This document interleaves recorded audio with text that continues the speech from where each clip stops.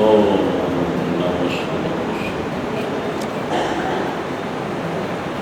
નમો નમો શક્તિકાળવતી અનંતા નમો શક્તિકાળવતી સીતા નમો શક્તિકાળવતી અનંતા નમો શક્તિકાળવતી વિદ્યા નમો શક્તિકાળવતી ઓમકાર બિંદુ સંયુક્તમ જપ્યાયન્તિ યોગી કામદમ મોક્ષદમ ચૈવ ઓમકારાય નમો નમઃ મંગલમ ભગવાન વીરો મંગલમ ગૌતમો મંગલમ મુકુંદાય જૈવમ સર્વમંગલમાંગલ્યમ સર્વકલ્યાણકારકમ પ્રધાનમ સર્વધર્માણમ દેવમ શાસન નમસ્મે શારાય શ્વાનુભૂત્યા ચકાશને ચિત્સ્વભાવાય ભાવાય સૌભાવાંતરચિને એવમે શાશ્વતતા નામદર્શન શેષામે બાહ્યા ભાવા સર્વેશી મારો સુશાશ્વત એક દર્શન જ્ઞાન લક્ષણ છે, બાકી બધા સંયોગ લક્ષણ ભાવ વૃત્તિ બાહ્ય છે.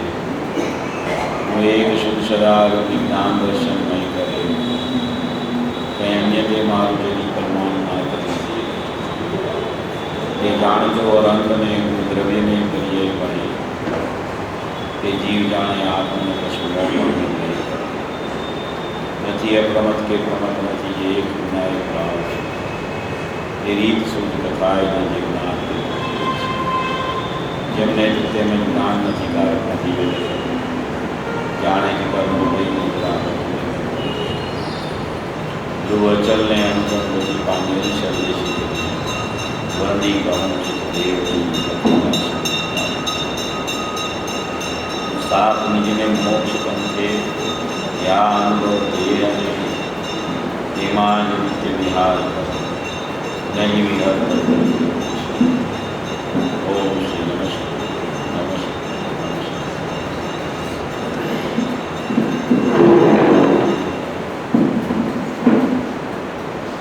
આચાર્ય ભગવાન શ્રી વિકુલદેવ દ્વારા રચિત સમય સારજી પરમાણુની કરતા કર્મ અધિકારની 143 ગ્રંથો ઉપર આપણી ચર્ચા ચાલે છે. પૂજ્ય ગુરુદેવશ્રીના પ્રવચનમાં અત્યારે જે 92 નંબરનો કળશ એ 143 ગાથા ઉપરનો જ કળશ છે. અને ત્યાર પછી 144મી ગાથા જે પૂજ્ય ગુરુદેવશ્રી દ્વારા શરૂ થઈ. 144મી ગાથામાં જે 142મી ગાથામાં આખી પ્રયોગપૂર્વક જે અનુભૂતિનું વિધાન જે આવ્યું, પછી ત્યારબાદ અનુભવી જીવની વિકલ્પાત્મક અને નિર્વિકલ્પ આત્મક સ્થિતિનું વર્ણન 143માં કેવડી સાથે સરખામણી કરીને નિર્વિકલ્પતાનું વર્ણન આવ્યું. અને જ્ઞાની ભાવસ્વરૂપ જ્ઞાની વિકલ્પાત્મક દશામાં આવે ત્યારે એની શું સ્થિતિ હોય છે એનું વર્ણન 143 ગાથામાં છે. ત્યાર પછીનો જે કળશ થયો 92નો, એમાં પોતાના ચિદાનંદ આત્મામાં અભેદ થઈને પરિણમતા ઉત્પાદ વ્યય અને દ્રવ્ય ભવાય છે એવો શબ્દ આવ્યો. ત્યાં પૂજ્ય ગુરુદેવશ્રીએ ભાવ અભાવ અને ભાવ એવી રીતે આપી વાતને ખૂબ સુંદર રીતે સ્પષ્ટ કરી.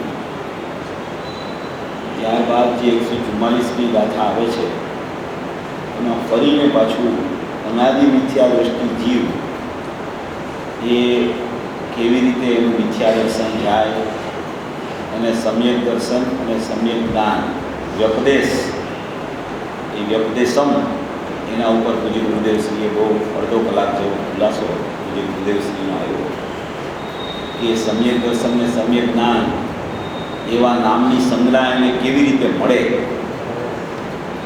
એવી કોઈ અદ્ભુત ચર્ચા પૂજ્ય ગુરુદેવશ્રીના માધ્યમથી આપણે હમણાં સાંભળી.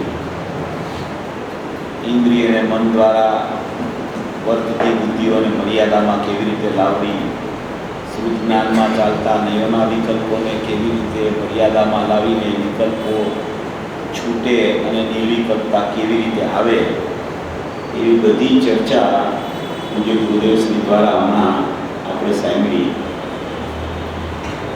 પ્રકરણ ખૂબ જ અપૂર્વ પ્રકરણ છે. જે ભાવ અભાવ ને ભાવની જે 92 વાત આવી ને, એવી એક 7 શક્તિનું ઝુમખું છે. આત્મામાં 47 શક્તિ છે, એમાં એક 7 શક્તિ આવે છે. 7 એ 7 શક્તિમાં આનું સ્પષ્ટીકરણ પૂજ્ય ગુરુદેવશ્રી દ્વારા ખૂબ કરવામાં આવ્યું છે. 33મી શક્તિથી ચાલુ થાય, 33 થી 39.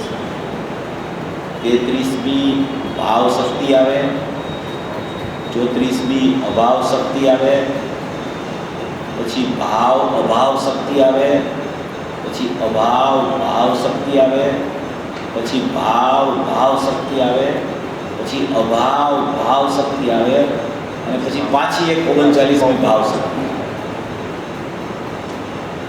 એમાં આખું સ્પષ્ટીકરણ પૂજ્ય ગુરુદેવશ્રીએ કે કેવી રીતનો ભાવ પ્રગટ થાય, ત્યારે કયા ભાવનો અભાવ હોય, કયો ભાવ અભાવ સ્વરૂપ હોય, ત્યારે કયો ભાવ પ્રગટ રૂપ હોય, અને કયો ભાવ એ જ સમયે ભાવરૂપ હોય ને એ જ સમયે અભાવરૂપ હોય, અને કયા ભાવનો અભાવ થાય ત્યારે એ જ સમયે બીજો ભાવ ઉત્પાદ પામે, અને ભાવ ભાવ ભાવ ભાવ રૂપ એક રૂપતા કેવી રીતે એની ચાલ્યા કરે પરિણામમાં, અને અભાવ અભાવ અભાવ અભાવ એવી રીતે એનો અભાવ વિકારી ભાવનો કેવી રીતે ચાલ્યા કરે. અને 39મી ભાવ શક્તિમાં એમ કહેવા માગે છે કે દ્રવ્યની કોઈને કોઈ પર્યાય એ સમયે હોય ને હોય એવી એક ભાવ શક્તિ.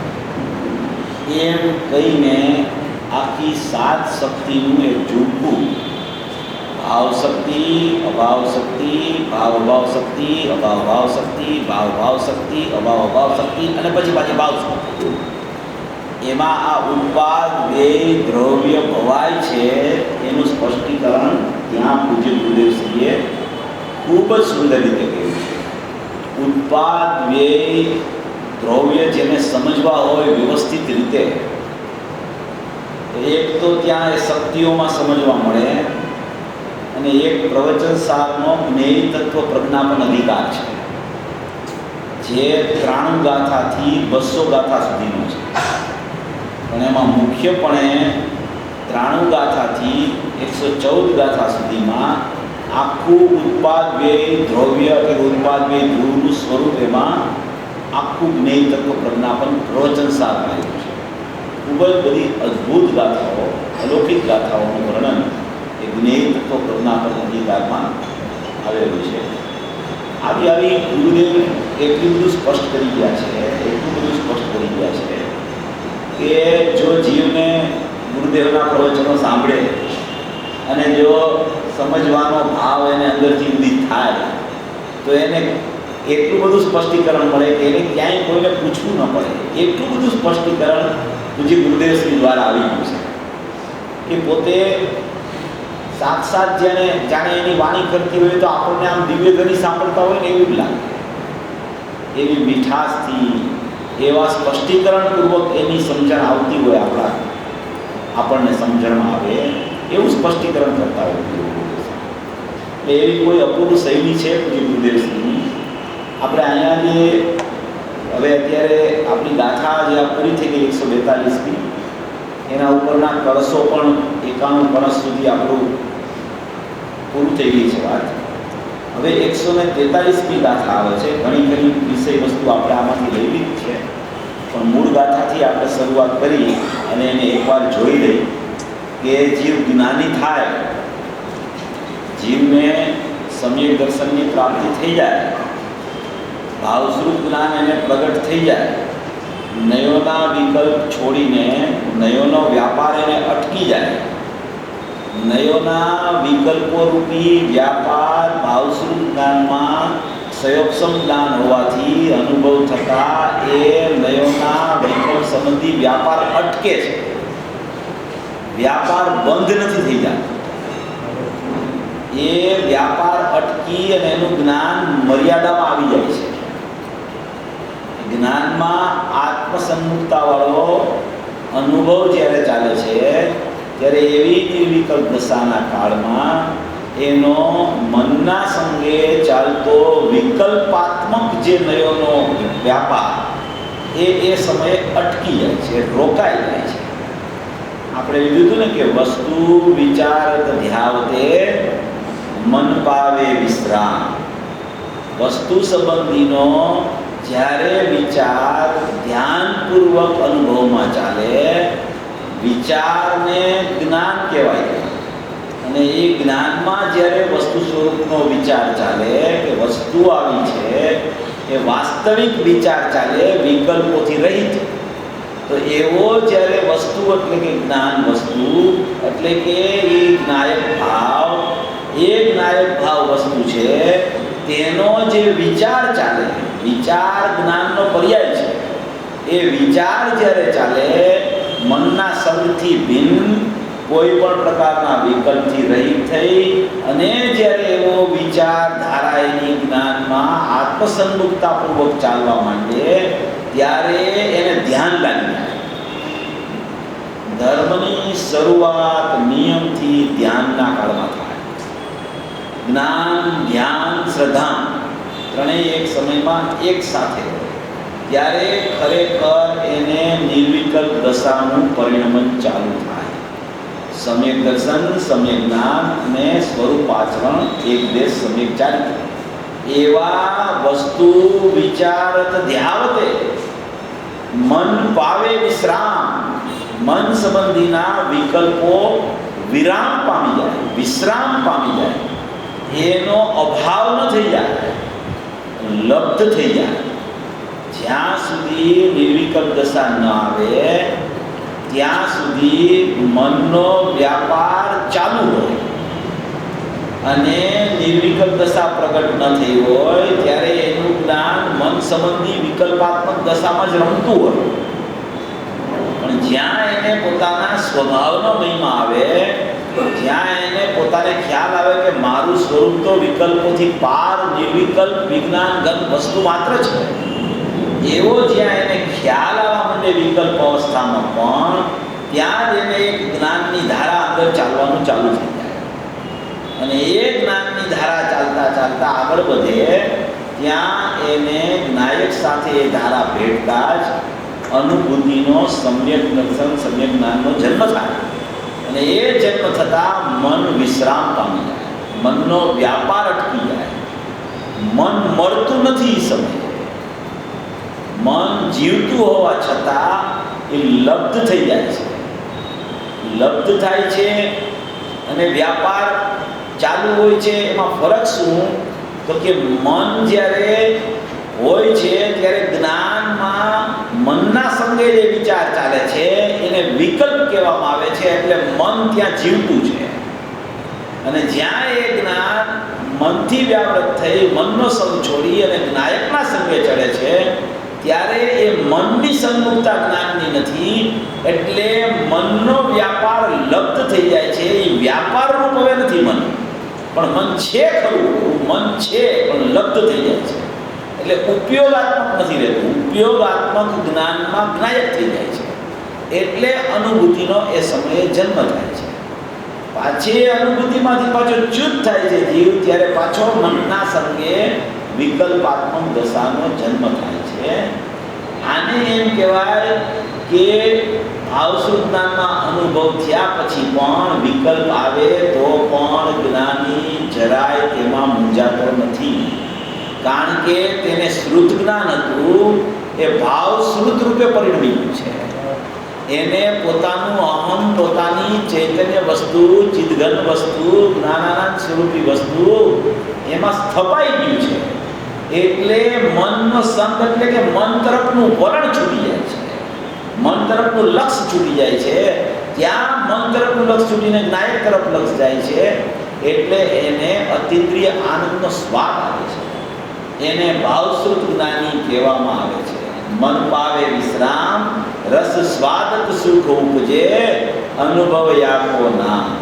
ત્યારે એને રસ સ્વાગત સુખ ઉપજે છે, ચૈતન્ય રસ દેખાય છે, ચૈતન્ય રસ વેદાય છે, એને સ્વાદ આવે છે, અતિન્દ્રિય જ્ઞાન આનંદનો સ્વાદ આવે છે, ચૈતન્ય રસ વેદાય છે, આનંદનો સ્વાદ આનંદ મૂર્તિમાં જતા આવે છે, અને રસ સ્વાદક સુખ ઉપજે છે, એને આનંદની દશા સુખની દશા ઉત્પન્ન થઈ જાય છે, એને અનુભૂતિ થઈ એમ કહેવામાં આવે છે.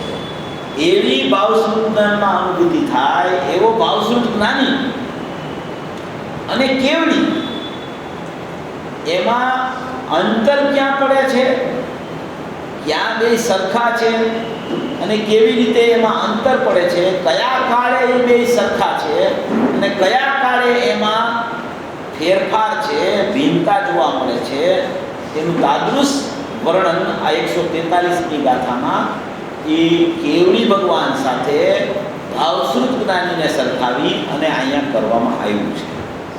એમાં 6 બોલ આવે છે. 6 બોલથી આની સિદ્ધિ આચાર્ય ભગવાને પણ કરેલી છે અને ગુરુદેવે એનું સ્પષ્ટીકરણ આપણને હમણાં ગઈકાલે પણ આપણે સાંભળ્યું, ત્યાં પહેલાં 4 દિવસ પહેલાં પણ આપણે સાંભળેલું. એવી કોઈ અપૂર્વ ગાથા છે.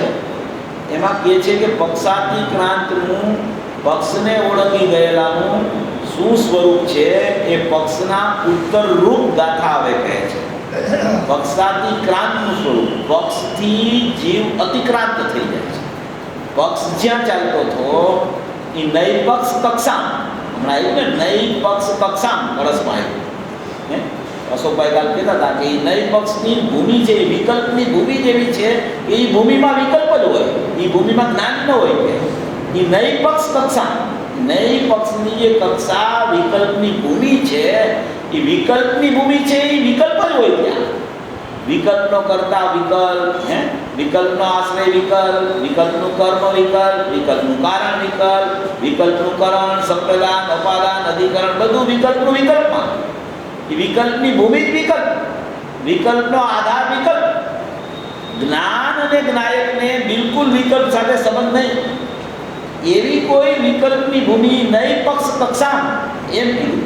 તો એવા પક્ષથી જે ઓળંગી જાય છે, એવા પક્ષથી જે પાર પોતાનું સ્વરૂપ છે ને ખ્યાલમાં આવવા માંડે છે. હજી તો સ્વરૂપ ખ્યાલમાં આવે છે, પક્ષ ભલે ચાલતો હોય ને સ્વરૂપ ખ્યાલમાં આવવા માંડે છે. તો એવો જીવ છે એ સ્વરૂપ ખ્યાલમાં આવતા પક્ષથી અતિક્રાંત થઈ જાય છે, પક્ષને છોડી અને નિરપક્ષ થઈ જાય છે. એટલે કે પોતાના સ્વભાવની સન્મુખતાવાળું પરિણમન ચાલુ કરે છે. એવો જીવ પક્ષાતિક્રાંત થયો, પક્ષને ઓળંગી ગયો. એવા પક્ષને ઓળંગી ગયેલાનું શું સ્વરૂપ છે, એનું પોતાનું સ્વરૂપ શું છે, પોતાનું જ્ઞાયક રૂપ શું છે, સ્વરૂપ શું છે, જે પક્ષને ઓળંગી ગયો. હવે એને પક્ષ હોવા છતાં, વિકલ્પ ફરી ઉત્પન્ન થવાનો હોવા છતાં, જેને વિકલ્પની એકત્વ બુદ્ધિ છૂટી જાય છે, એને વિકલ્પ ફરી ઉદિત થાય તો પણ ક્યાંય એમાં અહમ નથી થતું. વિકલ્પનું જ્ઞાન હોવા છતાં, વિકલ્પનું જાણવું વર્તું હોવા છતાં, એવા વિકલ્પમાં જ્યાં એનું જ્ઞાન પરોવાતું નથી ક્યાંય, એવો પક્ષથી ઓળંગી ગયેલો જે જીવ છે એનું શું સ્વરૂપ છે એ પ્રશ્નના ઉત્તર રૂપ હવે ગાથા કહેવામાં આવે છે. ગાથા બધા સાથે લઈશું. નયદ્વય કથન જાણે કેવળ સમયમાં પ્રતિપદ્રજે નયપક્ષ કંઈ પણ નવગ્રહે નયપક્ષથી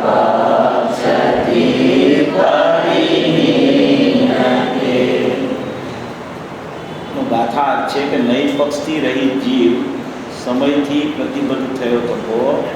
સમયથી પ્રતિબદ્ધ થયો થકો એટલે કે પોતાના ચિત્ત સ્વરૂપ આત્માને અનુભવતો થકો. એટલે કે જે સમયે પોતાના જ્ઞાયક ભાવનું અનુભવન થાય છે તો એવા સમય સાથે એ પોતે બંધાઈ ગયેલો, પ્રતિબદ્ધ થયેલો, એવા ચૈતન્ય સ્વરૂપને જાણતો, માનતો અને અનુભવતો થતો. બંને નયોના કથનને કેવળ જાણે જ છે, પરંતુ નય પક્ષને જરા પણ ગ્રહણ કરતો નથી. એટલે કે જે ચિત્ત સ્વરૂપ આત્માને જે અનુભવે છે, જ્ઞાન સ્વરૂપ આત્માને અનુભવે અનુભવે છે એને કોઈ પણ પ્રકારના નયના પક્ષોનું ગ્રહણ કરવું એ સમયે ત્યાં હોતું નથી. અને વિકલ્પાત્મક દશા પણ જ્ઞાનીને આવે તો પણ એ વિકલ્પનો જ્ઞાતા રહે છે, પણ વિકલ્પને કદી ગ્રહણ કરતો નથી. વિકલ્પ સત્તામાં એની બહિર્લક્ષી પર્યાયમાં વર્તતા હોવા છતાં એને ખ્યાલ આવી ગયો છે કે વિકલ્પની ઝાડ આપોઆપ ઉઠે છે. એને ખ્યાલ આવી ગયો છે કે આ વિકલ્પની ઝાડ આપોઆપ ઉઠે છે. બીજું ગુરુદેવશ્રી આજ કીધું કે એને કોઈ અટકાવી શકતું નથી. એને અટકાવવા પ્રયત્ન કરે વિકલ્પને તો વિકલ્પ અટકતો નથી. એ વિકલ્પને અટકાવવાનો પ્રયત્ન છે ને એનું નામ જ વિકલ્પ છે. એ વિકલ્પ ઉત્પન્ન થઈ ગયો. વિકલ્પને અટકાવવાનું જે કાર્ય એનું ચાલુ થાય છે એનું નામ જ વિકલ્પ છે. હવે એવા વિકલ્પને અટકાવવામાં વિકલ્પ ઉત્પન્ન થાય તો વિકલ્પ અટકે કેવી રીતે? તો કે જ્યાં પોતાનું જ્ઞાન જ્ઞાયક સ્વરૂપનું છું એમ જ્યાં અભેદ થઈને પરિણમે છે ત્યાં વિકલ્પની એ સમયે ત્યાં આયા ભેદ નથી પડતો, એટલે ત્યાં વિકલ્પ ઉત્પન્ન થતો નથી. એવી કોઈ સ્થિતિ બને છે. તો કાલે ચર્ચા કરી હતી કે જેટલો અહીંયા ભેદ પડે છે, જ્ઞાન અને જ્ઞાયક જ્ઞેયભૂત અભેદ અનાદિ અનંત છે અને જ્ઞાયક ભાવ અનંત ગુણાત્મક ધ્યેયભૂત અભેદ અનાદિ અનંત છે. એવું વાસ્તવિક સ્વરૂપ દરેક જીવને વર્તતું હોવા છતાં જ્યાં એની ભેદ પાડવાની વૃત્તિ જ્યાં એને ઉઠા કરે છે એટલે જ ખરેખર એને વિકલ્પોની ઉત્પત્તિ થયા કરે છે. એટલે એમ કીધું કે વિકલ્પો તો આપોઆપ ઉઠે છે. અહીંયા ભેદ પડે છે એટલે વિકલ્પ ઉઠે છે. એ તો નિમિત્ત નૈમિત્તિક સંબંધથી જોવામાં આવે છે. પણ અહીંયા ભેદનો પણ સ્વકાર છે, અહીંયા વિકલ્પનો પણ સ્વકાર છે. એટલે કીધું કે વિકલ્પો આપોઆપ ઉઠે છે, આપોઆપ ઉઠે છે, આપોઆપ ઉઠે છે. જ્યાં પોતાનું સ્વરૂપ એને અનુભવાય છે તો વિકલ્પો ઉત્પન્ન થતા જ નથી. એટલે કે છે કે વિકલ્પ હોવા છતાં પણ એ વિકલ્પને જરા પણ ક્યારેય પણ ગ્રહણ કરતો નથી. જે પક્ષથી અતિક્રાંત થઈ ગયો છે, જેને હું બદ્ધ છું એવા વિકલ્પ તો હવે છે જ નહીં, પણ હું અબદ્ધ છું એવા વિકલ્પથી પણ પાર પરિણમી ગયો છે શુદ્ધાત્મ સ્વરૂપે, એને ક્યારેય પણ પછી વિકલ્પ ઉત્પન્ન થાય તો પણ એને ત્યાં ગ્રહણ કરવા માટે એનું જ્ઞાન જતું જ નથી. કારણ કે એનું જ્ઞાન એના જ્ઞાયકમાંથી કદી છૂટતું જ નથી. એવો જ્ઞાનનો સ્વભાવ છે. હવે આમાં છે ને 6 બોલથી એને સરખાવશે. જો આમાં કહે છે ટીકામાં, જેવી રીતે કેવલી ભગવાન વિશ્વના સાક્ષીપણાને લીધે શ્રુત જ્ઞાનના અવયવભૂત એવા જે વ્યવહાર નિશ્ચયના પક્ષો તેમના સ્વરૂપને જ કેવળ જાણે છે.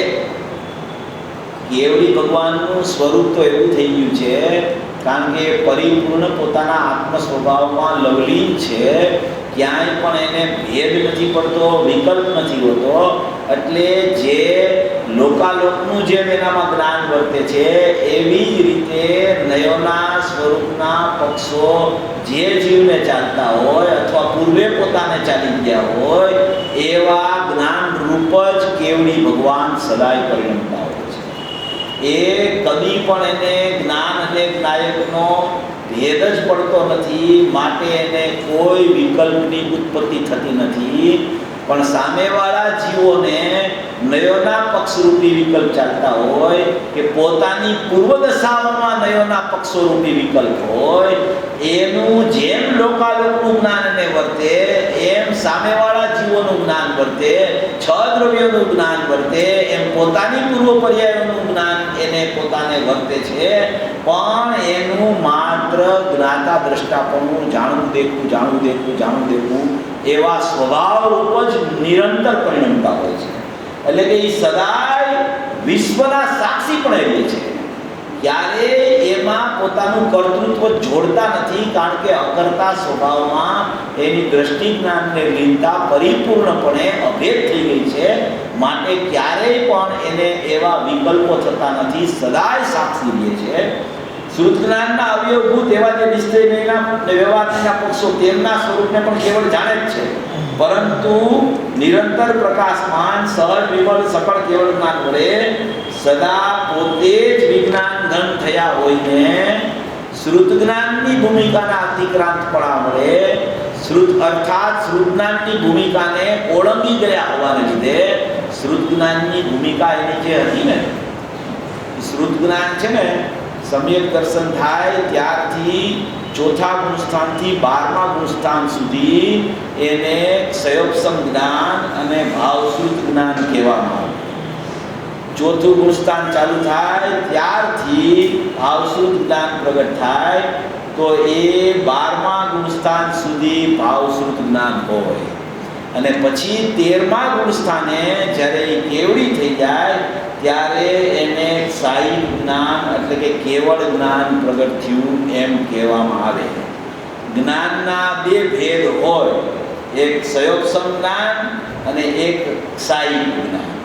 એવી રીતે જ્ઞાની થાય એને ક્ષયોપસમ જ્ઞાન વર્તતું હોય સમ્યક પ્રકારનું, અને એ જ્ઞાની થયા પછી આગળ વધતા વધતા એને ભાવશ્રુત જ્ઞાનનું પરિણમન 12મા ગુણસ્થાન સુધી ચાલતું હોય, અને ત્યાર પછી એને કેવળ જ્ઞાનનું પરિણમન ચાલુ થાય. જ્યાં સુધી શ્રુત જ્ઞાનનો પ્રકાર ચાલતો હોય ત્યાં સુધી નયોના વિકલ્પોની ઉત્પત્તિ પણ ચાલે, વિકલ્પાત્મક દશામાં.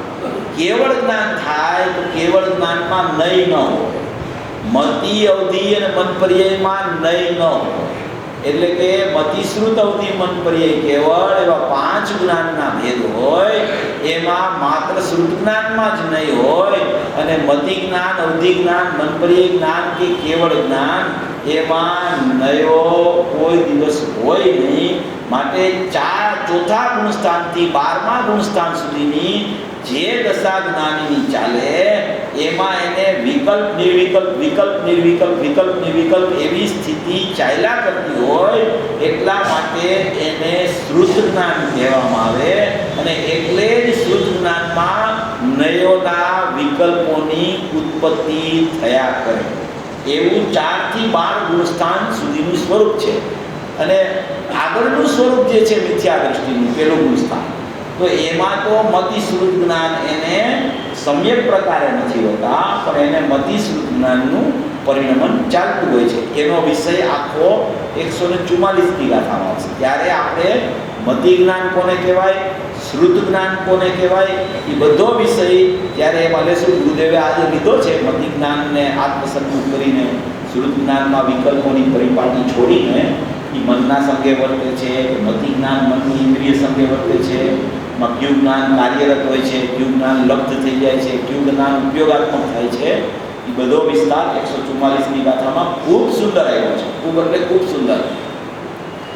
કાંઈ ન ભણ્યો હોય જીવ અને 144ની ગાથા જોઈને બેસી જાય, એમાં આખી પ્રથમથી અંત સુધીની વાત 144ની ગાથામાં છે. પહેલેથી છેલ્લે સુધીની વાત કર્તા કર્મ અધિકારની છેલ્લી ગાથા, અને એમાં પહેલેથી છેલ્લે સુધીની વાત આચાર્ય ભગવાને લીધી છે. એની જે રોજિંદી પ્રક્રિયા ચાલે છે એનું સંપૂર્ણ વર્ણન એમાં છે, અને એ પ્રક્રિયાથી પાર એનું એક સ્વરૂપ પણ એની પાસે છે, એનું પણ સંપૂર્ણ સ્વરૂપ એમાં બતાવવામાં આવ્યું છે. એવી કોઈ અદ્ભુત ગાથા છે. એટલે અહીંયા કહે છે કે શ્રુત જ્ઞાનની ભૂમિકાના અતિક્રાંતપણા વડે, અર્થાત શ્રુત જ્ઞાનની ભૂમિકાને ઓળંગી ગયેલા હોવાને લીધે સમસ્ત નય પક્ષના ગ્રહણથી દૂર થયા હોવાથી કોઈ પણ નય પક્ષને ગ્રહતા નથી. હવે આ તો કેવડીની વાત કરી. કેવડી ભગવાનની 6 બોલથી આમાં ચર્ચા છે, એમાં આપણે જોઈ લઈએ છીએ. પણ એ કેવડી ભગવાન તો બધું ઓળંગી ગયા છે, બધું પાર થઈ ગયા છે. એ તો સદાય એવા રહેવા દે છે, એનામાં સદાય શબ્દ લાગુ પડે. કારણ કે હવે એને કોઈ વિકલ્પ જ ઉત્પન્ન થતા નથી. જ્યાં વિકલ્પ ઉત્પન્ન થતા હોય ને ત્યાં નિર્વિકલ્પ દશાના સમયે શું હોય ને વિકલ્પાત્મક દશાના સમયે શું હોય એ બધું લાગુ પડે. પણ જ્યાં વિકલ્પની જ ઉત્પત્તિ ન થતી હોય ત્યાં તો પરિપૂર્ણ નિર્વિકલ્પ દશા હોય, તો એમાં તો કોઈ બીજો ભેદ જ લાગુ ન પડે. માટે કેવડી ભગવાન તો સદાય અંતર્મુખી રહે છે. કેવળ જ્ઞાનનો મહિમા તો એવો છે, કેવળ જ્ઞાનની પણ જો સમજણ થાય ને તો પોતાનો કેવળ જ્ઞાન રૂપી સ્વભાવ એને ખ્યાલમાં આવવા માટે અષ્ટપાળું વર્ણન ખૂબ આવ્યું છે. જેને ઈચ્છા હોય એને ભાવ બાહુના પ્રવચનો છે પૂજ્ય ગુરુદેવશ્રીના, એ સાંભળવા. એમાં કેવડી ભગવાનના અતિશય કેટલા હોય, એના ગુણ કેટલા હોય, કેવી રીતે એનું પરિણમન હોય, કેવી એની સ્થિતિ હોય, કેવી રીતે એની સ્થિરતા હોય, કેવી રીતે એનો વિહાર ચાલતો હોય ત્યારે પણ એની સ્થિતિ કેવી હોય, એનું હલનચલન ચાલતું હોય ત્યારે પણ એના મન વચન કાયાની સ્થિતિ શું હોય, એ બધું વર્ણન અષ્ટપાઉના પ્રવચનોમાં, પૂજ્ય ગુરુદેવશ્રીના પ્રવચનોમાં ખૂબ સુંદર રીતે એનું વર્ણન આવ્યું છે. એટલે કેવડી ભગવાનની તો પરિપૂર્ણ નિર્વિકલ્પ દશા થઈ ગઈ છે. એટલે ત્યાં તો એને કોઈ જાતના વિકલ્પો હવે ઉત્પન્ન થવાના નથી, વિકલ્પો બધા છૂટી ગયા છે. હવે શ્રુત જ્ઞાનની ચર્ચા છે એ બહુ અગત્યની છે, એની સાથે મેળવે છે. પછી કહે છે કે તેવી રીતે જે શબ્દ છે એટલે કે કેવડી ભગવાન જે રીતે કેવડી ભગવાનનું સ્વરૂપ કીધું તેવી જ રીતે આ શ્રુત જ્ઞાનીનું કેવું સ્વરૂપ છે. જેવું કેવડી ભગવાનનું સ્વરૂપ છે તેવી જ રીતે શ્રુત જ્ઞાનીનું સ્વરૂપ કેવું છે એમ વર્ણન માનીએ છે. તેવી રીતે જે શ્રુત જ્ઞાની આત્મા ક્ષયોપશમથી જેમનું ઉપજવું થાય છે એવા શ્રુત જ્ઞાનાત્મક વિકલ્પો ઉત્પન્ન થતા હોવા છતાં પરનું ગ્રહણ કરવા પ્રતિ ઉત્સાહ નિવૃત્ત થયો હોવાને લીધે શું કહે છે, શ્રુત જ્ઞાનની સ્થિતિ કેવી હોય છે? શ્રુત જ્ઞાનને ક્ષયોપશમ જ્ઞાન કહેવાય. તો એ ક્ષયોપશમ જ્ઞાનથી જેમનું ઉપજવું થાય છે એવા શ્રુત જ્ઞાનાત્મક વિકલ્પો ઉત્પન્ન હોવા છતાં આ ભાવશ્રુત જ્ઞાની જે થયો એની અનુભવની દશામાંથી હવે એ ચ્યુત થયો છે અને અનુભવની દશા અસંખ્ય સમય ચાલ્યા પછી એનું જ્ઞાન ત્યાંથી બહાર નીકળ્યું છે અને એમાં વિકલ્પો ચાલુ થયા છે. તો વિકલ્પોના સમયે ભાવશ્રુત જ્ઞાની હોય છે, એનો વિકલ્પ દશા ચાલુ થઈ ત્યારે એની સ્થિતિ શું હોય છે એનું વર્ણન છે કે એવા શ્રુત જ્ઞાનાત્મક વિકલ્પો ઉત્પન્ન થતા હોવા છતાં પરનું ગ્રહણ કરવા પ્રતિ ઉત્સાહ, પરનું ગ્રહણ કરવા પ્રતિ ઉત્સાહ એટલે વિકલ્પનું ગ્રહણ કરવા પ્રતિ ઉત્સાહ તેનો નિવૃત્ત થયો હોવાને લીધે હવે નયોના વિકલ્પો ઉત્પન્ન થાય છે પણ એને ઉત્સાહ નથી આવતો, કારણ કે એનો ઉત્સાહ છે ને નાયકમાં થંભી ગયો છે. એની પરિણતિ અત્યારે ચાલે છે જ્ઞાનીની, એ પરિણતિ ચાલે છે, એમાં સદાય હું શુદ્ધ પરિપૂર્ણ પરમાત્મા છે એવું એને અનુભવન વર્તતું હોય છે. પરિણતિમાં પણ અનુભવન કેવા જ્ઞાનનો એક અંશ પણ શુદ્ધતા રૂપે પરિણમતો હોય છે. એને હિસાબે પરિણતિમાં પ્રતીતિપૂર્વક જ્ઞાનને સ્વરૂપાચરણ ચારિત્રનો એક અંશ ત્યાં ચાલતો હોય છે એટલે એને એનો ઉત્સાહ સદાય પોતાના જ્ઞાયક ભાવ પોતાનો છે એમાં એનો ઉત્સાહ એકાકાર થઈ ગયો છે. એટલે પછી વિકલ્પમાં પણ એ જીવ આવે છે તો પણ વિકલ્પ ઉત્પન્ન થાય છે. નયોના વિકલ્પથી પણ પોતે યા તો કોઈને સમજાવવા માટે નયોના વિકલ્પ ઉત્પન્ન કરે યા તો પોતે વિચાર દશામાં બેઠો હોય તો એને પણ નયોના વિકલ્પો વિકલ્પાત્મક દશામાં ચાલુ થાય. પરના વિકલ્પ નથી હોતા, એને જ્ઞાનમાં જે નયો પડે છે એ નયો સંબંધીના વિકલ્પોમાં એનું સ્વરૂપ તરફ જવાનો પાછો એનો ઉપયોગાત્મક થવાનો પુરુષાર્થ ચાલતો હોય છે. એને કહેવાય કે એ નયો પ્રત્યેનો ઉત્સાહ નથી, નયો પ્રત્યેનું વલણ છૂટી ગયું છે, પક્ષાતિક્રાંત થઈ ગયો છે. પણ પક્ષાતિક્રાંત થયા પછી પણ સ્વરૂપમાં ટકાતું નથી. પુરુષાર્થની એટલી ઓછપ છે, તત્સમયની પર્યાયની યોગ્યતા એવી છે કે એ નાયકમાંથી છૂટીને પાછો એને વિકલ્પ ઉત્પન્ન થાય છે. વિકલ્પ ઉત્પન્ન થવા છતાં પણ એનો ઉત્સાહ જે અંદર અભેદ થઈને પડ્યો છે એ ઉત્સાહ છૂટતો નથી કરી. જો ઉત્સાહ છૂટી જાય તો એનું શ્રદ્ધા છૂટી જાય. એવો ઉત્સાહ એને અંદરમાં અભેદપણે પરિણમતો ચાલુ છે પણ છતાં વિકલ્પ આવ્યા છે. તો વિકલ્પ આવે છે તો વિકલ્પ પ્રત્યે ઉત્સાહ નથી એટલે, કારણ કે અહીંયા ઉત્સાહ છૂટતો નથી. જો એક વસ્તુ એવી છે કે આત્મામાં અનંત ગુણ છે, અનંત ગુણ. એમાં શ્રદ્ધા, જ્ઞાન અને ચારિત્ર મુખ્ય ગુણો છે. એમાં શ્રદ્ધાનું પરિણમન અને ચારિત્રનું પરિણમન બે અત્યંત પૃથક વસ્તુ છે, અત્યંત પૃથક. એક ગુણની પર્યાયને બીજા ગુણની પર્યાય સાથે બિલકુલ સંબંધ હોતો નથી, સર્વથા પૃથકતા હોય છે. જ્યારે જીવ જ્ઞાની થાય છે, જ્યારે જીવને પોતાની અનુભૂતિ થાય છે ત્યારે તો અનંત ગુણની અનંત પર્યાયો સમ્યક રૂપે પરિણમી જાય છે. પણ એ જ્ઞાની જ્યારે પાછો વિકલ્પાત્મક દશામાં આવે છે ત્યારે ચારિત્ર દશામાં રાગના ચાળા એના ચાલુ હોય છે. જ્ઞાનીની વાત કરું છું. રાગનું પરિણામ ચાલ્યા કરે છે, રાગ ચાલે છે.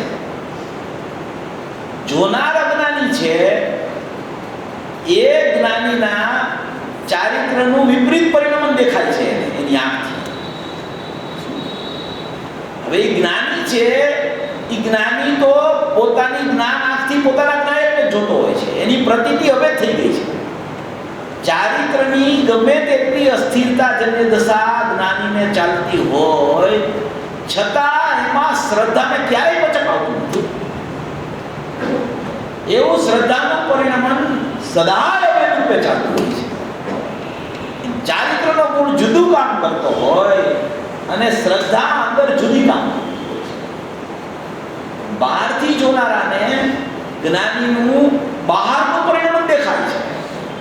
એને એમ દેખાય છે જ્ઞાની વેપાર કરે છે, જ્ઞાની આવું કાર્ય કરે છે, જ્ઞાની તો ખાતા પીતા હોય છે. તો એ પરિણામ જે દેખાય છે એનાથી જુદું પરિણામ અંદર ચાલ્યા કરે છે. એ પ્રતિનિધિપૂર્વકનું પરિણામ છે. દાખલો ગુરુદેવ ઘણી વાર જૂના પ્રવચનો આપે છે કે ભાઈ તમે ક્યારેય તમારું નામ ભૂલો છો, તમે માનેલું નામ કદી ભૂલતા નથી. તમને અડધી રાત્રે કોઈ તમારા નામથી અવાજ કરે તો એકદમ તમે ઊભા થઈ જાઓ છો. એ તમારી માનેલું નામ છે, એમાં તમારી પ્રતીતિ ચાલ્યા કરે છે. નિરંતર પ્રતીતિ ચાલે છે, જરાય છૂટે છે, નિરંતર ચાલે પ્રતીતિ. ક્યારેય પણ તમને તમારા નામથી કોઈ બોલાવે, બીજી વ્યક્તિ બાજુમાં તમારા નામ એની જતી હોય તો તમારું ચિત્ત ત્યાં તરત ચાલી જશે. શા માટે? એકત્વ એને એ નામમાં કરેલું છે. અજ્ઞાનીએ પોતાના શરીર રૂપી નામનું જે ચિત્રામણ એની પાસે છે એમાં એનું એકત્વ ચાલે છે. એટલે એની પ્રતીતિ ત્યાં અભેદ થઈને પરિણયમાં કરે છે. એનું નામ અજ્ઞાન રૂપ મિથ્યાત્વ પ્રતીતિ છે. એવી રીતે જ્ઞાનીને એની પ્રતીતિ એના સ્વભાવમાં એવી સ્થિર થઈ ગઈ છે, એવી સ્થિત થઈ ગઈ છે કે એની પ્રતીતિમાં જ્ઞાયક ભાવ ક્યારે છૂટતો જ નથી. એવી ચોટી ગઈ છે અભેદ પરિણામ. એવું સ્વરૂપ એને નિરંતર ચાલતું હોય છે અભેદપણે. એવી કોઈ પ્રતીતિની એટલી મહાનતા છે, એટલી વૈભવની કિંમત છે પ્રતીતિના. એ પ્રતીતિ થાય છે ત્યાં તો એ જીવ છે ને આખી એની દશા ફરી જાય છે. આખી એની દશાની જ્યાં દિશા ફેરી ત્યાં જ એની દશાનું પરિણામ જુદું થવા માંડે છે. એ પ્રતીતિ એવી ચોઈટી છે કે ઉખડતી જ નથી. જે માખી હોય ને, માખી જેમ સાકરમાં ચોટે તો એ સાકરમાં ચોઈટી એ મૃતપ્રાય થઈ જાય ત્યાં સુધી સાકરને છોડે નહીં, કારણ કે એમાં એને સ્વાદ આવે છે. એમ જ્ઞાની છે એ ચૈતન્યના આસ્વાદ રૂપ પરિણમો પ્રતીતિ રૂપે, જ્ઞાન રૂપે, સ્વરૂપાચરણ ચારિત્ર રૂપે, તો એની પ્રતીતિમાં ક્યારેય ખલેલ નથી આવતી. નિરંતર પ્રકાશમાન છે એને પણ. જેમાં કેવડી ભગવાનને નિરંતર પ્રકાશમાન છે એમ ભાવસ્વરૂપ જ્ઞાની થયો એ વિકલ્પાત્મક દશામાં હો કે નિર્વિકલ્પ દશામાં હો, ચારિત્રની ગમે તેવી બહિર્લક્ષી સ્થિતિ એની વિપરીત ચાલતી હોય છતાં પણ એનું શ્રદ્ધાનું બળ ક્યારેય પોતાના શુદ્ધાત્મ તત્વને છોડતું નથી. એની પ્રતીતિમાં પોતાનો જ્ઞાયક ભાવ સદાય ગુંજતો રહે છે, ક્યારેય પણ એની પ્રતીતિ છૂટતી જ નથી. એટલે પ્રતીતિ શ્રદ્ધાનું પરિણમન અને ચારિત્રનું પરિણમન એ બે જુદી જુદી વસ્તુ છે. ચારિત્ર અસ્થિરતા રૂપે પરિણમતું હોવા છતાં જ્ઞાનીની પ્રતીતિમાં કાંઈ જ ફેર પડતો નથી. એટલે કોઈ પણ નયોના વિકલ્પ અસ્થિરતાજન્ય ઊભા થાય છતાં પણ જ્ઞાની એમાં ક્યારે પણ આળોટાતો નથી, કારણ કે પોતાના પ્રતીતિ સ્વરૂપ ભગવાન આત્મા છે એવી પ્રતીતિ એને થઈ ગઈ છે, માટે એ પરિણમન અલગ ચાલે છે અને આ વિકલ્પાત્મક પરિણમન છે એ અલગ ચાલે છે. એવા બે ભાગ થઈ જાય જ્ઞાની. બે ભાગ કયો, બે ભાવ કયો, જે કેવું ગુરુદેવ ભાગ કહે છે, બેનશ્રી ભાવ કહે છે, તો એ જે કયો એ તમે એવા બે ભાગ પડી જાય છે. અને એવા બે ભાગ પડે છે પછી જેમ કેવડી જાણનાર છે એમ ભાવશુદ્ધ જ્ઞાની વિકલ્પાત્મક દશામાં પણ એને ઉત્સાહ ક્યારે આવતો નથી. વિકલ્પ ઉત્સાહ મરી ગયો છે, ઉત્સાહ અહીંયા ચોટી ગયો છે. આનંદ મૂર્તિમાં એને એવો ઉત્સાહ આવી ગયો છે, એવો ઉત્સાહ આવી ગયો છે કે નિરંતર એને નિર્વિકલ્પ દશા હોય ત્યારે આનંદનું પરિણમન હોય છે અને વિકલ્પાત્મક દશામાં આવે ત્યારે પરિણતિ રૂપે સુખ વેદાતું હોય છે. એટલે ક્યારેય પણ એ ત્યાંથી ચ્યુત થતો જ નથી, એની પ્રતિનિધિ સદાય ચાલતી હોય છે. એટલે આમાં કહે છે કે ક્ષયોપસમથી જેમનું ઉપજવું થાય છે એવા શ્રુત જ્ઞાનાત્મક વિકલ્પો ઉત્પન્ન થતા હોવા છતાં પરનું ગ્રહણ કરવા પ્રતિ ઉત્સાહ નિવૃત્ત થયો હોવાને લીધે ઉત્સાહ નિવૃત્ત થઈ ગયો છે. ઉત્સાહ નિવૃત્ત થયો હોવાને લીધે શ્રુત જ્ઞાનના અવયવભૂત વ્યવહાર નિશ્ચયના પક્ષોના સ્વરૂપને કેવળ જાણે છે. કેવળ એ પણ કેવળી ભગવાનની જેમ કેવળ જાણનાર જ છે. કદી પણ વિકલ્પનો કરતા બનતો નથી, કારણ કે અકર્તા સ્વરૂપ એને ખ્યાલમાં આવી ગયું છે, એને ધ્યેય પકડાઈ ગયું છે અને સાધ્ય થવાની તૈયારી ચાલે છે સાધકની. એટલે ધ્યેયનું અવલંબન છે, સાધક દશા ચાલે છે, નિર્વિકલ્પ દશા આવી ગઈ છે એટલે, અને સાધ્ય રૂપી મોક્ષ તરફ એ આગળ વધતો જાય છે. એવું કોઈ ધ્યેય સાધક અને સાધ્યની સ્થિતિ એ જીવને એવી ચાલે છે કે એને ખબર હોય છે કે મારું સાધ્ય અહીંયા છે અને મારું ધ્યેય છે એ અવલંબનભૂત તત્વ છે, મારું સાધ્ય છે એ પ્રગટ કરવા માટે છે અને સાધક તો હું બની ગયો છું. એટલે જ્યાં સુધી સાધ્ય ન આવે ત્યાં સુધી એની પુરુષાર્થની દોડ છૂટતી નથી, પુરુષાર્થની ધારા સતત ચાલે છે. ક્યાંય પણ વિકલ્પાત્મક દશા આવે છતાં ઉત્સાહ કદી એને આવતો નથી. એટલી એની આંતરિક ગંભીરતા હોય છે, એવી ગંભીરતા હોય છે અને એટલી ધીરજ હોય છે, ગંભીરતા હોય છે, પુરુષાર્થ ચાલે છે અને એટલી ધીરજ હોય છે. એના માટે ધીરજ માટે પૂજ્ય ગુરુદેવ શ્રી એક શબ્દ વાપરે છે કે આખો દરિયો હોય, આખો દરિયો ભરેલો હોય અને એમાં પાણી ભરેલું હોય, દરિયામાં સતત પાણી ભરેલું હોય ને, એને કાંઠે બેસી અને એક સળી હોય, સળી એના દ્વારા એ પાણીને ઉલેચે તો ક્યારે દરિયો ઉલેચાઈ જાય. એટલી ધીરજ જ્ઞાનીને હોય છે, જરાય પ્રમાદી નથી, સતત પુરુષાર્થી છે અને સદાય ગંભીર ને ધૈર્યવાળો હોય છે. એવી ધીરજ એની હોય છે કારણ કે એને અકર્તા સ્વભાવ બેસી ગયો છે. પ્રત્યેક પર્યાયનું પરિણમન ક્રમબદ્ધ છે એવો ખ્યાલ આવી ગયો છે.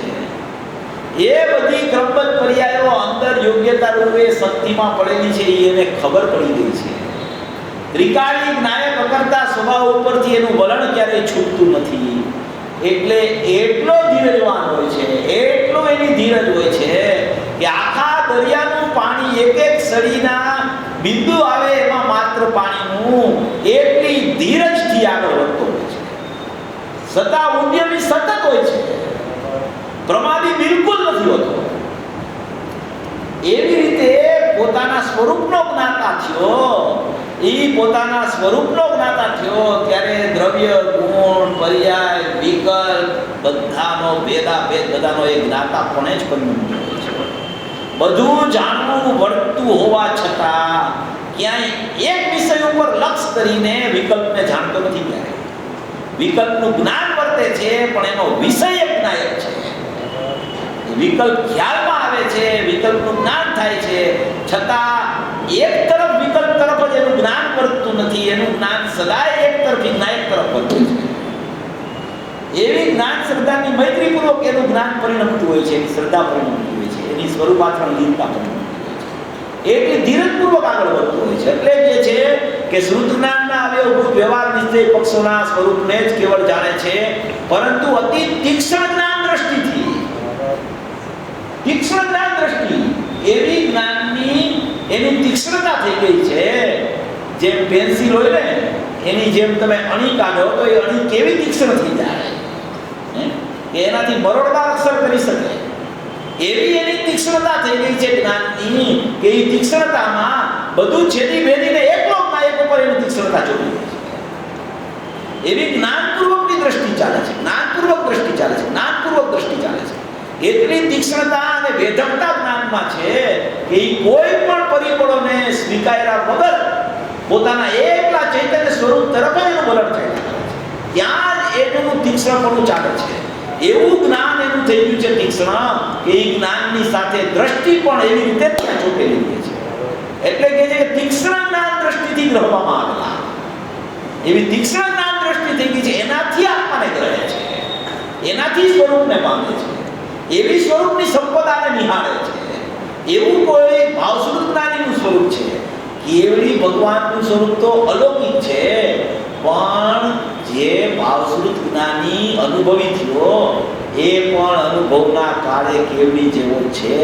ભાવાત્મા કે છે વિતરાગ જેવો જ છે, એને વિતરાગતા જ વર્તે છે, એને સમ્યક જ્ઞાન જ વર્તે છે, સમ્યક પ્રતીતિ જ વર્તે છે.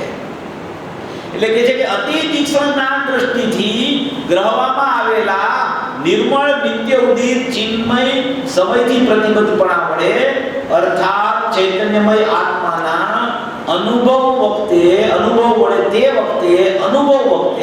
પોતે જ વિજ્ઞાન ગંધ થયો હોય ને, જો અહીંયા તે વખતેની સ્થિતિ છે, અનુભવના કાળે ભાવસ્વરૂપ જ્ઞાની આવું છે અને કેવડી સદાય એવા છે. ભાવસ્વરૂપ જ્ઞાની અનુભવના કાળે આવે છે અને કેવડી સદાય પોતે એવા છે. શા માટે એમ છે કે કેવડીને તો સદાય વિકલ્પો છૂટી ગયા છે, હવે કોઈ વિકલ્પ નથી, હવે કોઈ ભેદ નથી. અને જ્યારે ભાવસ્વરૂપ જ્ઞાની છે તો સદાય એવા છે.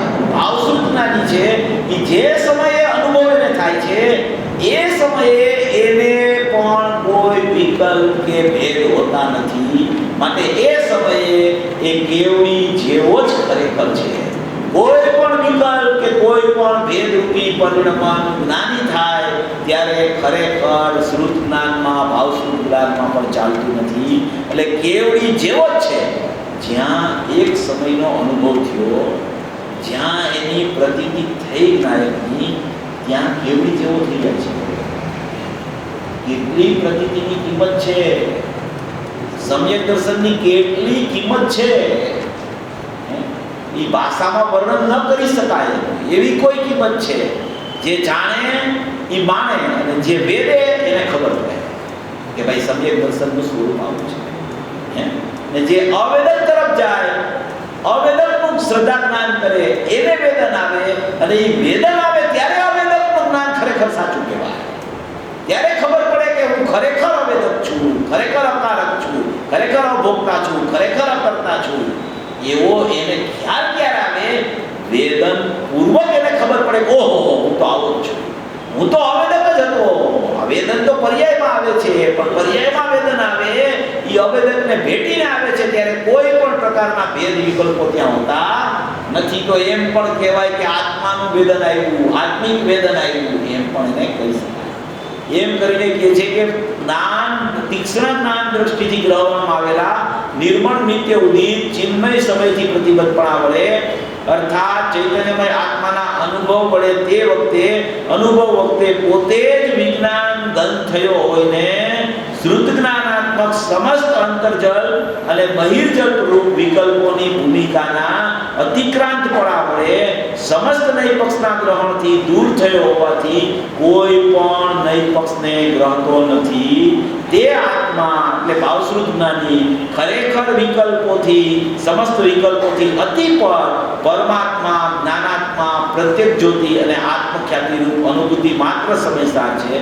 આ પરમાત્મા જ્ઞાનાત્મા અનુભૂતિ આત્મખ્યાતિ પ્રત્યેક જ્યોતિ એ બધા એની અવસ્થાના ભેદના નામ આપવામાં આવ્યા છે. એના વિશેષણો વર્ણનમાં લીધા છે. અંતર્જલ્પ અને બહિર્જલ્પ વિકલ્પો એટલે શું કે કોઈ પણ પ્રકારના પર્યાય સંબંધીના વિકલ્પો પણ એને કદી ચાલતા નથી. પછી નિર્વિકલ્પ દશાના કાળમાં કોઈ પણ પ્રકારના વિકલ્પો હોતા નથી. અને પછી કે છે કે પોતે વિજ્ઞાનગત થયો હોય ને શ્રુત જ્ઞાનાત્મક સમસ્ત અંતર્જલ્પ તથા બહિર્જલ્પ વિકલ્પોની ભૂમિકાના અતિક્રાંત પણ આપણે એટલે અંતર્જલ્પ એટલે ગુણગુણીનો ભેદ એને અંતર્જલ્પ કહેવાય અને બહિર્જલ્પ એટલે ગુણની જે પર્યાયો પ્રગટ થાય એને બહિર્જલ્પ કહેવાય. પછી ક્યાંય અંતર્જલ્પની વ્યાખ્યા એમ પણ કહેવી હોય કે અંદરનું જે પર્યાયનું વિશ્વ છે એને અંતર્જલ્પ કહેવાય અને બહારના પરિણમનના જે વિકલ્પો છે એને બહિર્જલ્પ કહેવાય.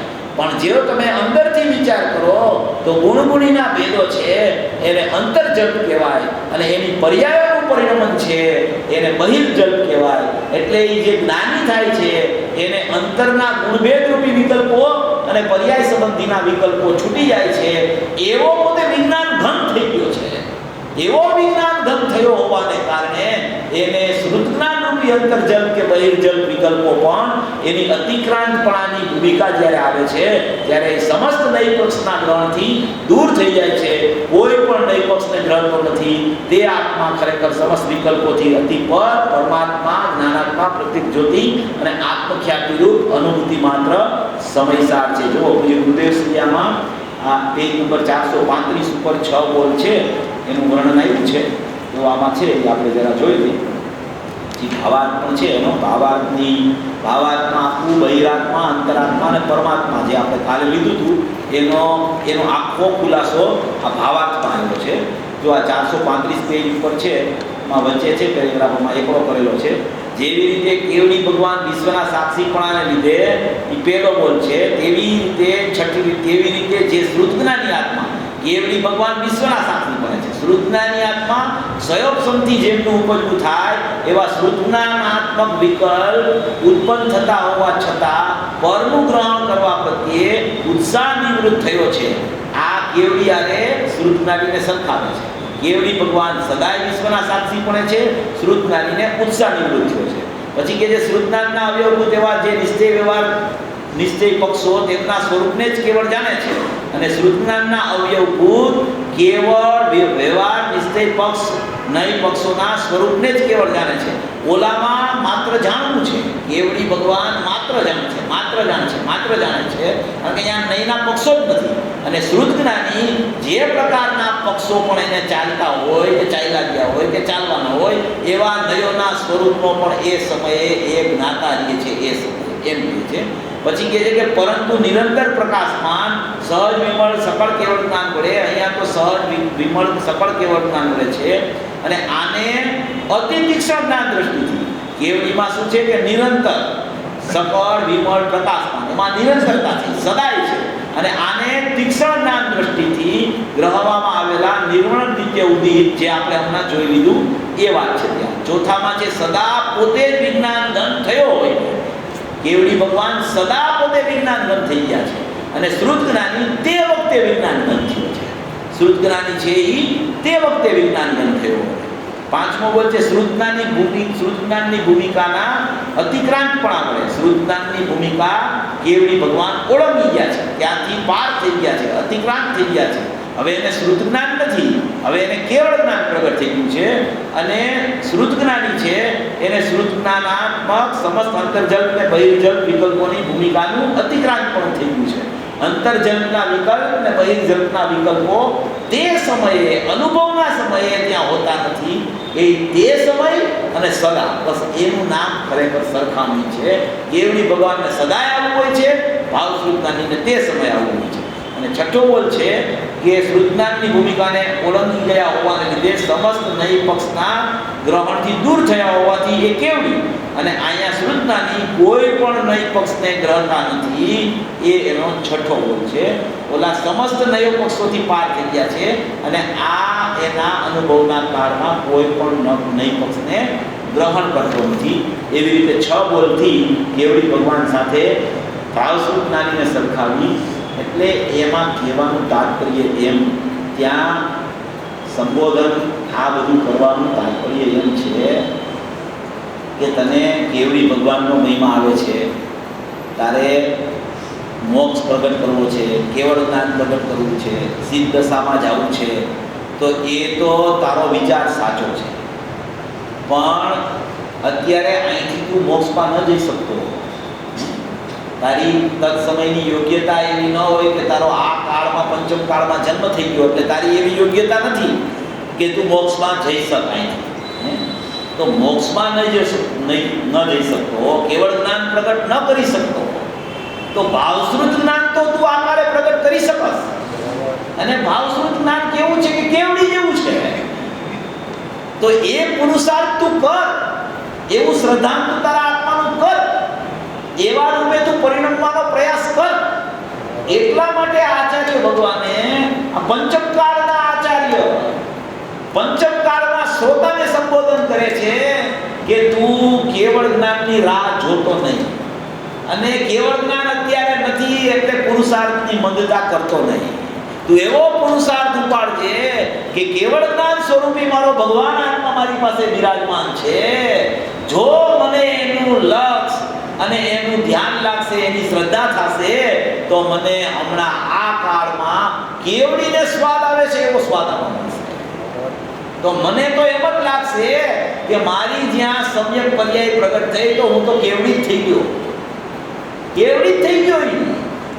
જે દશામાં અનુભવ થાય ને એ દશા છે ને એ કેવળ જ્ઞાન જ છે, બીજું કાંઈ નથી. ત્યાં એ સમયની પર્યાય કેવળ જ્ઞાન રૂપે પરિણમી ગઈ. તો તું કેવડી જેવો છો, તું રાહ જોતો નહીં એવો કે હવે ચોથો કાળમાં મારો ક્યારે જન્મ થશે, હું મહાવિવેક ક્ષેત્રમાં જાય, અહીંયા ભગવાનની દિવ્યત્વની સાંભળીશ, ને પછી અહીંયા હું પામીશ, ને પછી ઓલા 123 જીવમાં મારું નામ લાગશે કે નહીં, એવી રાહ ન જોતો, એવા ભરોસે ન રહેતો. એટલે અહીંયા સરખામણી કરી આચાર્ય ભગવાને. સરખામણી શા માટે કરેલી? પંચમ કાળ છે, જીવન એવી ભ્રમણા છે કે અહીંથી ખૂબ પૂર કરી અને સ્વર્ગમાં જાય ને અહીંયાથી મહાવિદ્યમાં સાંભળવા જશું.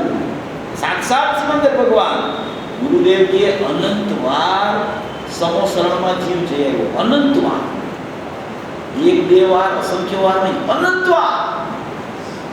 પૂજ્ય ગુરુદેવ શ્રી કહે કે જગતનો, દુનિયાનો કોઈ એક કણ બાકી નથી કે જ્યાં આ જીવે ઉત્પત્તિ ન કરી, જન્મ ન લીધો હોય. એમ સમસરણમાં અનંતવાર જઈ આવ્યો, કોરો ને કોરો પાછો. સમસરણનો વૈભવ જોયો, સિમંદર ભગવાનનો વૈભવ જોયો, એની વાણી સાંભળી, પણ એની વાણી જ સાંભળી. એ વાણી જે આવી એમાં શું કહેવા માંગે છે, એમાં મારો સુધાર્થમાં કેવો બતાવે છે, એમાં મારું સ્વરૂપનું કેવું નિરૂપણ આવે છે. કારણ કે કેવડી ભગવાનની વાણી આવે છે એ પણ શ્રુતજ્ઞાન રૂપી વાણી આવે છે. કારણ કે સામેવાળો જીવ શ્રુતજ્ઞાન લઈને બેઠો છે, એ શ્રુતજ્ઞાનથી સમજે છે, તો એના ભાષા વર્ગણાનું જે પરિણમન આવે છે એ કેવળ જ્ઞાન હોવા છતાં એ શ્રુતજ્ઞાનથી સમજાવે છે. એમ ધવલમાં વાત છે, આ ગુરુદેવે આ ઘણી વાર લે છે. તો એ સામેવાળો જીવ શ્રુત જ્ઞાનથી સમજી શકે છે, માટે તીર્થંકરની દેશના એની કરે છે. તો એ તો અનંતવાર જઈ આવ્યો છે. ત્યાં કાળની સામે ન જો, ક્ષેત્રની સામે ન જો, પણ તારા દ્રવ્ય ક્ષેત્ર કાળ ભાવ અખંડિતપણે અંદરમાં પડ્યા છે. દ્રવ્ય નિર્વિકલ્પ વસ્તુ, ક્ષેત્રે અસંખ્ય પ્રદેશ, કાળે અનાદિ અનંત અને ભાવે અનંત ગુણ, એવું તારું દ્રવ્ય ક્ષેત્ર કાળ ભાવથી કદી નહીં ખંડિત થતું એવું અખંડ સ્વરૂપ છે, જાગૃત સ્વરૂપ છે, ચૈતન્ય સ્વરૂપ છે, અનાદિ અનંત સ્વરૂપ છે. જ્યારે જો ત્યારે તું એવો ને એવો છો. કાલે જોયો હોય તો એવો, આજે જોતો એવો, આવતીકાલે જોતો એવો. પરિણતિમાં વૃદ્ધિ ગમે એટલી થાય, આત્મા એવો ને એવો રહે છે. એટલે આત્માને જોતા સદાય એની પરિણતિમાં સમ્યકતા ચાલુ રહે છે. એવી કોઈ સ્થિતિ અત્યારે એની પાસે ભરેલો ભગવાન આત્મા પડેલો છે. એવો દ્રષ્ટિનો વિષય પૂછી ગુરુદેવ શ્રી આપ્યો. એટલે એ કહે છે કે તું રાહ ન જોતો, એટલે કેવડી અને સૂતનાનીને સરખાવ્યા છે. જો તને ભાવ સૂતનાન પ્રગટ થઈ ગયું ને આ કાળમાં, પૂર્વ પર્યાયમાં મિથ્યા દર્શન હોય અને વર્તમાન પર્યાયમાં સંકિત થઈ શકે, એટલી વાત પૂજ્ય ગુરુદેવ શ્રી સ્પષ્ટ કરીને ગયા છે. કોઈ પણ જીવ કોઈ પણ સમયે પામી શકે છે. જ્યાં પોતાના સ્વભાવની ઉર્ધ્વતા આવી સમજણપૂર્વક, ત્યાં એના સ્વભાવમાં એની પ્રતીતિ જાયમાં વગર રહેતી જ નથી. એટલે અત્યારે પણ કેવડી જેવો આનંદ જીવને પ્રગટ કરવા માટેનું સામર્થ્ય એના અંદર સ્વભાવમાં પડેલું છે. એટલે અહીંયા સરખામણી કરીને કહે છે કે તું જ્યાં ભાવ સ્વજ્ઞાની થયો ત્યાં ખરેખર એમ સમજ કે તું કેવડી થઈ ગયો. કેવળ જ્ઞાન તને પ્રગટ થઈ ગયું ભાઈ. આજે ગુરુદેવ સ્પષ્ટ કીધું કેવળ જ્ઞાન શું કહેવાય, કેવળ દર્શન શું કહેવાય, કેવળ વેદ્ય શું કહેવાય. આજ સ્પષ્ટ આવી ગુરુદેવ. હવે આ ભાવાન જરા જોઈ લઈએ આપણે. જરા ટાઈમ તો થઈ ગયો છે 5 મિનિટ. કાલથી પછી આપણે છે ને એ 144ની ગાથા બહુ પ્રયોજનભૂત છે. એ કાલ આપણે ચાલુ કરશું. 3 દિવસ છે અને 3 દિવસમાં થઈ જશે. જેમ કેવડી ભગવાન સદા નહીં પક્ષના સ્વરૂપના સાક્ષી જ્ઞાતા દ્રષ્ટા છે, તેમ શ્રુતજ્ઞાની પણ જ્યારે સમસ્ત નહીં પક્ષોથી રહિત થઈ શુદ્ધ ચૈતન્ય માત્ર ભાવનું અનુભવન કરે છે, ત્યારે નહીં પક્ષના સ્વરૂપનો જ્ઞાતા જ છે. જો કેવડી હારે શ્રુતજ્ઞાનીની સરખામણી કરી, ઓલા સદાય અને આ શુદ્ધ ચૈતન્ય માત્રનું અનુભવન કરે, ત્યારે એક નહીંનો સર્વથા પક્ષ ગ્રહણ કરે તો મિથ્યાત્વ સાથે મળેલો રાગ થાય. યા તો હું અબદ્ધ છું એવા નહીંનો પક્ષનો વિકલ્પ ગ્રહણ કરે, યા તો હું બદ્ધ છું એવા નહીં પક્ષનો વિકલ્પ ગ્રહણ કરે.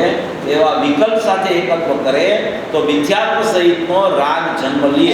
આને કહેવાય બહિરાત્મા. પછી કે જે પ્રયોજનના વશે એક નહીંને પ્રદાન કરી, જો શબ્દ આગળ મૂક્યો છે પ્રયોજનના વશે, પ્રયોજનની સિદ્ધિ અર્થે, પોતાના નાયક ભાવના અનુભવ માટે પ્રયોજનની સિદ્ધિ અર્થે એક નહીંને પ્રદાન કરી તેનું ગ્રહણ કરે તો મિથ્યાત્વ સિવાય માત્ર ચારિત્ર મોહનો રાગ રહે. માત્ર ચારિત્ર મોહનો રાગ મિથ્યાત્વ સિવાય રહે. એ જ્ઞાની અંતરાત્મા થયો એની સવિકલ્પ દશાનું વર્ણન છે. કારણ કે રાગ વિકલ્પાત્મક દશામાં હોય છે. એટલે અંતરાત્મા જે થઈ ગયો એનું વર્ણન કરીને અંતરાત્માની બહિર્લક્ષ દશા છે, વિકલ્પાત્મક દશા છે. એ વિકલ્પાત્મક દશામાં મિથ્યાત્વ સહિતનો નહીં, એ બહિરાત્મા મિથ્યાત્વ રહિતનો રાગ લઈએ, એ અંતરાત્માપણાની સવિકલ્પ દશાનું વર્ણન છે. ગ્રહણ કરે તો મિથ્યાત્વ સિવાય માત્ર ચારિત્ર મોહનો રાગ રહે. અને જ્યારે નૈપક્ષને છોડી વસ્તુ સ્વરૂપને કેવળ જાણે, ત્યારે તે વખતે શ્રુતજ્ઞાની પણ કેવડીની માફક વિતરાગ જેવો જ હોય છે તેમ જાણવું. એટલે કે બહિરાત્મપણું, અંતરાત્મપણું અને શ્રુતજ્ઞાનીને તો અંતરાત્મપણું જ વર્તતું હોય છે, પણ પરમાત્મપણું કેવડીનું કેવું છે એ પણ આમાં નિરૂપણ કરવામાં આવ્યું છે. એટલે બહિરાત્મા, અંતરાત્મા અને પરમાત્મા એની પૂરી વ્યવસ્થા આ 143 નંબરની ગાથામાં છે. ખૂબ સુંદર ગાથા છે. એટલે કોઈ એવા વિશ્વાસમાં ન રહેવું કે આપણે ચોથા કાળમાં જ્યારે જન્મ લઈ ત્યારે જ આપણું કંઈક કાર્ય થશે. પંચમ કાળના આચાર્ય કુલકુલ દેવ અને એની ટીકા કરનારા અમૃતચંદ્ર આચાર્ય દેવ અને એનું સ્પષ્ટીકરણારા પૂજ્ય ગુરુદેવશ્રી એમ કહી રહ્યા છે કે તું અત્યારે સિદ્ધ જેવો છો. સિદ્ધ જેવો તું છો એમ પણ તું સિદ્ધની સામું જોતો નહીં. એમ પણ તું સિદ્ધની સામું જોતો નહીં. તું સિદ્ધ જેવો છો અને ખરેખર તારું ચૈતન્ય બિંબ છે એવા સિદ્ધ છે. જેવું તારું ચૈતન્યનું બિંબ છે એવા સિદ્ધો છે. તું સિદ્ધ જેવો છો એટલે સિદ્ધ સામું જોઈને તું સિદ્ધ જેવો છો એ તને નહીં ખબર પડે. તારું ચૈતન્ય બિંબ અંદર છે એ સિદ્ધ સ્વરૂપી છે. એવું જ્યાં તું જોઈશ ત્યાં તને એનું પ્રતિબિંબ જે છે સિદ્ધ પરમાત્માની પ્રતિમા એ તને પ્રતિબિંબ રૂપે ખ્યાલમાં આવશે. એ તારા બિંબનું પ્રતિબિંબ છે. એવું તારું બિંબ સ્વરૂપી સિદ્ધ સ્વરૂપ અંદરમાં બિરાજમાન છે. એવા સિદ્ધ સ્વરૂપને આદર કરી, ભાવના કરી, લક્ષ કરી, પ્રતીતિ કરી અને લીલતા જીવ કરે અને મોક્ષ માર્ગમાં પરિણમે એવી